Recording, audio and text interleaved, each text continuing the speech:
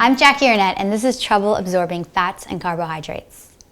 Having trouble digesting nutrients can lead to malabsorption, including the nutrients of fats and carbohydrates, which are found in so many of the foods we eat. Carbs like bread, pasta, and rice, and fats like olive oil and butter. If you eat these particular foods and experience abdominal cramping or gastrointestinal distress, you may have malabsorption issues. You could check with your doctor, since malabsorption could lead to something more serious underlying.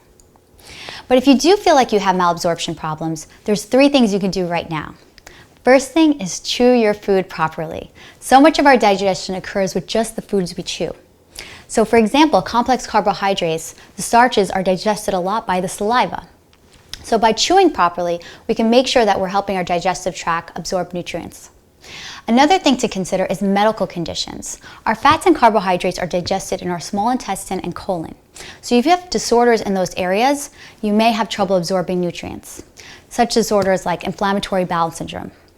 Other things you should consider are allergies and intolerances, like celiac disease, which affects breads and pasta, or a lactose intolerance, which you find in dairy products like cheese and milk. The last thing you should consider if you feel like you have malabsorption is the medications you're taking. Medications like antacids reduce the acidity in the stomach, and that reduces our nutrients that we can absorb. Also, fat blockers affect the enzyme lipase, which affects the fats that we can absorb.